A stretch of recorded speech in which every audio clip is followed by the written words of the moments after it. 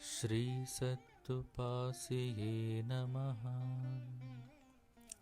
ಗುರುವೆಂಬ ಶಬ್ದ ಯಾರಿಗೆ ಅನ್ವಯಿಸುವುದರ ಬಗ್ಗೆ ವ್ಯಾಖ್ಯಾನಿಸಲಾಗಿದೆ. ಶ್ಲೋಕ 26. ಗೂಢವಿದ್ಯಾ ಜಗತ್ಮಾಯ ದೇಹ ಚ ಅಜ್ಞಾನ ಸಂಭವಃ ವಿಜ್ಞಾನಂ ಯತ್ ಪ್ರಸಾದೇನ ಗುರು ಶಬ್ದೇನ ಕಥ್ಯತೆ. ಅನುವಾದ: ಪ್ರಪಂಚವು ಅತಿ ರಹಸ್ಯವಾದ ಅಜ್ಞಾನ ಸ್ವರೂಪವಾದ ಪ್ರಕೃತಿಯಾಗಿರುವುದು. ದೇಹ ಪರಬ್ರಹ್ಮ ಸ್ವರೂಪ ಎನ್ನುವ ಜ್ಞಾನ ಇಲ್ಲದಿರುವುದರಿಂದ ದೇಹವೇ ತಾನೆಂಬ ಅಜ್ಞಾನ ಸಂಭವಿಸುವುದು. ಆ ಅಜ್ಞಾನವನ್ನು ಅರಿಯುವ ವಿಜ್ಞಾನವನ್ನು ಸುಗಮಗೊಳಿಸುವವರೆಗೆ ಗುರು ಎನ್ನುವ ಶಬ್ದದಿಂದ ವರ್ಣಿಸಲಾಗಿದೆ. ಭಾವಾರ್ಥ: ಸದ್ಗುರುವನ್ನು ಪಡೆಯುವ ಆಕಾಂಕ್ಷೆಯು ಸಂಕಲ್ಪವನ್ನು ನಿಗೂಢ ಎಂದು ಕರೆಯುತ್ತಾರೆ. ಏಕೆಂದರೆ ಗುರುವು ಸಾಮಾನ್ಯವಾಗಿ ಯಾರಿಗೂ ಅರ್ಥವಾಗುವುದಿಲ್ಲ. ಆಸೆ ಆಕಾಂಕ್ಷೆಗಳು ಕಾಮನೆಗಳಿಂದ ಕೂಡಿರುವ ಜನರು ಗುರು ಪದದ ಮಹತ್ವವನ್ನು ಅರ್ಥ ಮಾಡಿಕೊಳ್ಳಲು ಸಾಧ್ಯವಾಗುವುದಿಲ್ಲ. ಗುರು ಅಜ್ಞಾನವನ್ನು ನಾಶ ಮಾಡಿ ಜ್ಞಾನದ ಪ್ರಕಾಶವನ್ನು ಬೆಳಗಿಸುವ ಅಂಶವಾಗಿರುವರು. ಅಂತಹ ಗುರುವಿನ ಮೇಲೆ ಭಕ್ತಿ ಮತ್ತು ಅವರ ಪಾದಗಳಲ್ಲಿ ಎಲ್ಲವನ್ನೂ ಅರ್ಪಿಸುವ ಸಾಮರ್ಥ್ಯದಿಂದ ಭಕ್ತನು ಅಜ್ಞಾನದಿಂದ ಪಾರಾಗುವನು. ವೇದಾಂತದ ಪ್ರಕಾರ ಶಾಶ್ವತವಾಗಿ ಏಕವಾಗಿರುವುದು ಸತ್ಯ, ಅಶಾಶ್ವತವಾಗಿ ಕಣ್ಮರೆಯಾಗುವುದು ಮಾಯೆ. ಮಾಯೆಯು ಮನುಷ್ಯನ ನೈಜ ಸ್ವರೂಪವಾದ ಪರಬ್ರಹ್ಮ ಮತ್ತು ಸುತ್ತಲಿನ ಪ್ರಪಂಚದ ನೈಜ ಸ್ವರೂಪವಾದ ಪರಬ್ರಹ್ಮವನ್ನು ಆವರಿಸುವ ಮುಸುಕು ಆಗಿರುವುದು. ಮಾಯೆಯ ಪ್ರಭಾವದಿಂದ ಪ್ರಪಂಚದ ಜನರು ನನ್ನದು ನಿನ್ನದು ಎನ್ನುವುದರಲ್ಲಿ ತೊಡಗಿರುವರು. ಕೊಳೆಯನ್ನು ತೆಗೆದು ಹಾಕಿದಾಗ ನಿಜವಾದ ವಸ್ತುವು ಪ್ರಕಟವಾದಂತೆ ಮಾಯೆ ಹೋಗಲಾಡಿಸಿದರೆ ಸತ್ಯದ ಅರಿವಾಗುವುದು. ಮಾಯೆಯ ಪ್ರಭಾವವನ್ನು ತೋರುವ ಒಂದು ಘಟನೆಯೂ ಇಲ್ಲಿ ಹೇಳಲಾಗಿದೆ. ಒಮ್ಮೆ ಬ್ರಹ್ಮಾಂಡದಾದ್ಯಂತ ಸಂಚರಿಸುವ ನಾರದರು ಶ್ರೀಕೃಷ್ಣನಲ್ಲಿ ಒಂದು ಪ್ರಶ್ನೆ ಕೇಳಿದರು. ಪ್ರಭು, ಮಾಯೆ ಎಂದರೇನು? ನಾನು ಅದರ ಬಗ್ಗೆ ತುಂಬ ಕೇಳಿದ್ದೇನೆ, ಆದರೆ ಅದರ ಅನುಭವ ನನಗಿಲ್ಲ. ದಯಮಾಡಿ ತಿಳಿಸುವಿರಾ ಎಂದು ಕೇಳಿದರು. ನಸುನಗುತ್ತಾ ಶ್ರೀಕೃಷ್ಣ ಬೇರೆ ಯಾವುದೇ ಪ್ರಶ್ನೆಯನ್ನು ಕೇಳಲು ಹೇಳಿದರು. ನಾರದರು ಪಟ್ಟು ಬಿಡದೆ ಮಾಯೆಯ ಪರಿಭಾಷೆಯನ್ನು ಪುನಃ ಕೇಳಿದರು. ಆಗ ಶ್ರೀಕೃಷ್ಣ, ಇದು ದೀರ್ಘವಾದ ಉತ್ತರವಾಗುತ್ತದೆ. ಆದ್ದರಿಂದ ನಾನು ಮರಳದ ನೆರಳಿನಲ್ಲಿ ಮಲಗಿರುತ್ತೇನೆ. ದಯಮಾಡಿ ನನಗೆ ಸ್ವಲ್ಪ ನೀರು ತರುವೆಯಾ ಎಂದರು. ನಾರದರು ಇಂತಹ ಸೇವೆಯ ಭಾಗ್ಯ ದೊರಕಿರುವುದರಿಂದ ಆನಂದದಿಂದ ನೀರು ತರಲು ಹೋದರು. ನಾರದರು ಒಂದು ಬಾವಿಯನ್ನು ತಲುಪಿದರು. ಅಲ್ಲಿ ನೀರನ್ನು ಸೇದುತ್ತಿದ್ದ ಪದ್ಮಿನಿಯೋ ಅಥವಾ ಸದ್ಮಿನಿ ಜಾತಿಗೆ ಸೇರಿದ ಸುಂದರವಾದ ಅಪರೂಪದ ಕನ್ಯೆಯನ್ನು ನೋಡಿದರು. ನಾರದರು ಶ್ರೀಕೃಷ್ಣನಿಗಾಗಿ ನೀರನ್ನು ಕೇಳಿದರು. ಆಗ ಆ ಕನ್ಯೆ ನಾಚಿಕೆಯಿಂದ ಮುಗುಳ್ನಕ್ಕು, ನೀವು ದಣಿದಂತೆ ಕಾಣುತ್ತಿರುವಿರಿ.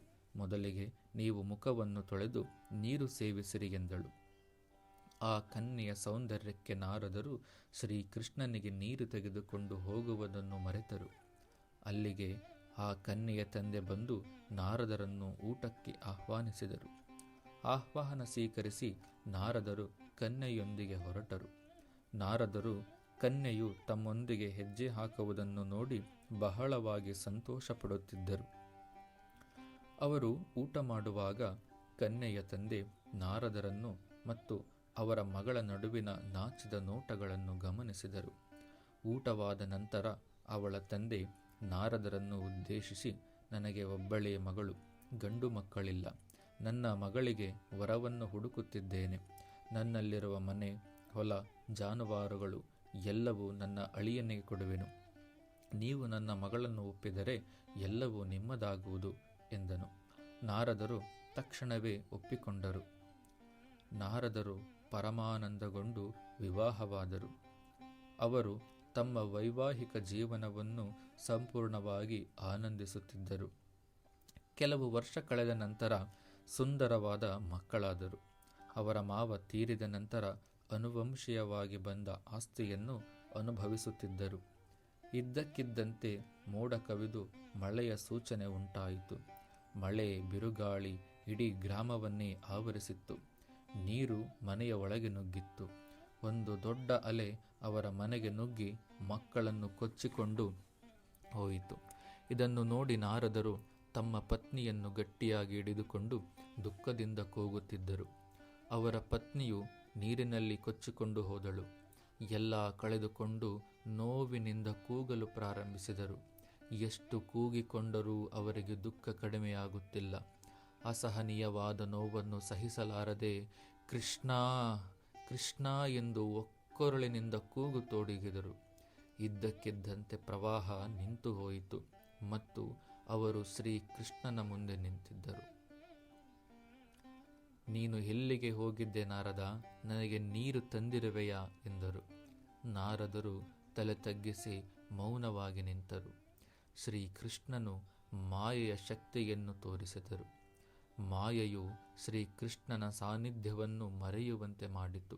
ಹೀಗೆ ಮಾಯೆಯು ಮಾನವನ ನಿಜ ಸ್ವರೂಪವಾದ ಪರಬ್ರಹ್ಮನನ್ನು ಮರೆಮಾಚಿರುವುದು.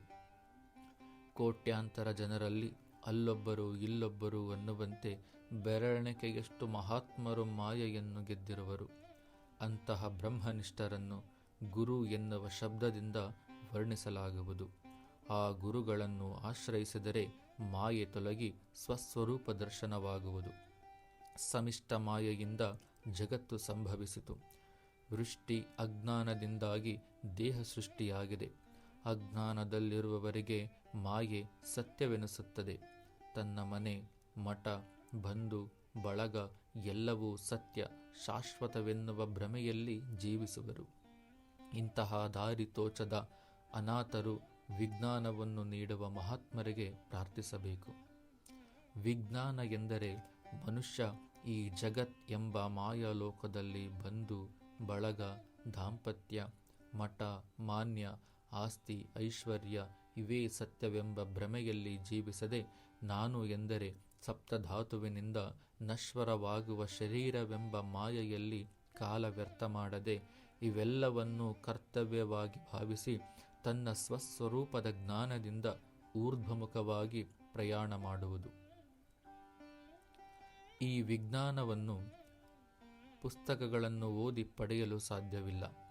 ಓದುವುದರಿಂದ ಪದದ ಶಬ್ದಾರ್ಥ ತಿಳಿಯಬಹುದು, ಆದರೆ ಸತ್ಯ ಪಥದ ದಿಶೆ ತಿಳಿಯದು. ಆ ವಿಜ್ಞಾನದಲ್ಲಿ ಸ್ಥಿರವಾಗಿರುವ ಮಹಾತ್ಮರನ್ನು ಆಶ್ರಯಿಸಿದರೆ ಅವರ ಕೃಪೆಯಿಂದ ಮಾಯೆ ತೊಲಗಿ ಆತ್ಮಜ್ಞಾನ ಉಂಟಾಗುವುದು. ಅಂತಹ ಆತ್ಮಾನುಭೂತಿಯಲ್ಲಿರುವವರನ್ನು ಗುರು ಎಂದು ಕರೆಯಬೇಕೆಂದು ಪರಮೇಶ್ವರನು ತಿಳಿಸುತ್ತಿರುವನು. ಪರಮಹಂಸ ಸದ್ಗುರು ಶ್ರೀ ಸತ್ತುಪಾಸಿ ಉವಾಚ. ಯಾರ ಕೈಯಲ್ಲೂ ಆಗದಿರುವುದನ್ನು ಗುರು ತನ್ನ ಭಕ್ತರಿಗೆ ಅನುಗ್ರಹ ಮಾಡಲು ಬರುತ್ತಾನೆ. ಇಲ್ಲವಾದರೆ ಗುರು ಯಾಕೆ ಬರಬೇಕಿತ್ತು?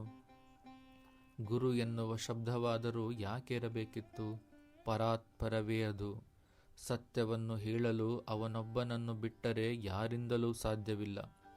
ಗುರುವಾಕ್ಯ ಪಾಲಿಸುವ ಮೂಲಕ ಭಕ್ತರು ಗುರು ಕೃಪೆಯನ್ನು ಹೊಂದಿಬಿಟ್ಟರೆ ಅವರು ಜನ್ಮ ಪಡೆದದ್ದಕ್ಕೂ ಸಾರ್ಥಕವಾಗುತ್ತದೆ. ಗುರುವಿಗೂ ಅದೇ ಬಯಕೆ ಇರುತ್ತದೆ. ಇದಕ್ಕೆ ಯಾರು ಸಜ್ಜಾಗಿರುತ್ತಾರೋ, ಯಾರು ಓಗೊಡುತ್ತಾರೋ ಶತಸಿದ್ಧವಾಗಿ ಅವರು ಪರಾಗತಿಯನ್ನೇ ಪಡೆಯುತ್ತಾರೆ.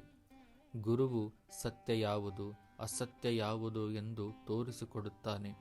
ನೀವು ಯಾವುದನ್ನು ಆಯ್ಕೆ ಮಾಡಿಕೊಳ್ಳುತ್ತೀರಾ? ಪ್ರಪಂಚಕ್ಕೆ ಹೇಗೋ ಬಂದಿದ್ದೀರಿ, ಅದು ಹೇಗೋ ಅಂತೂ ನಡೆಯುತ್ತದೆ. ಆದ್ದರಿಂದ ಅದಕ್ಕೆ ಜಾಸ್ತಿ ಒತ್ತು ಕೊಡಲು ಹೋಗಬೇಡಿರಿ. ಶಾಶ್ವತವಾದ ಪರಮಾತ್ಮನ ಕಡೆಗೆ ನಿಮ್ಮ ದೃಷ್ಟಿ ಇರಬೇಕು. ಪರಮಾಮೃತ ಸಾರ, ಪುಟ 36.